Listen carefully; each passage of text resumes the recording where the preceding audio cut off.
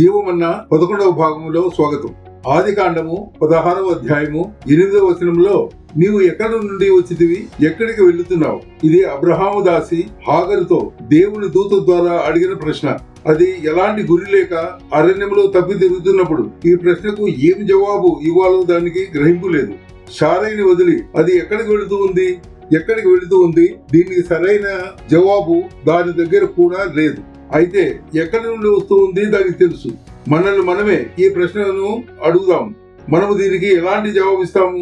మనము ఎక్కడి నుండి వచ్చాము దీనికి సరైన జవాబు మనకు తెలియదు. మనము ఎక్కడికి వెళుతున్నాము దానికి ఎలాంటి గ్రహింపు లేదు. అయితే దేవుని పిల్లలమైన కారణాన మనము ఎక్కడి నుండి వచ్చినాము, ఎక్కడికి వెళుతున్నాము దీని గ్రహింపు మనకు ఉంది. దేవుడు మనకు సహాయం చేయుగాక.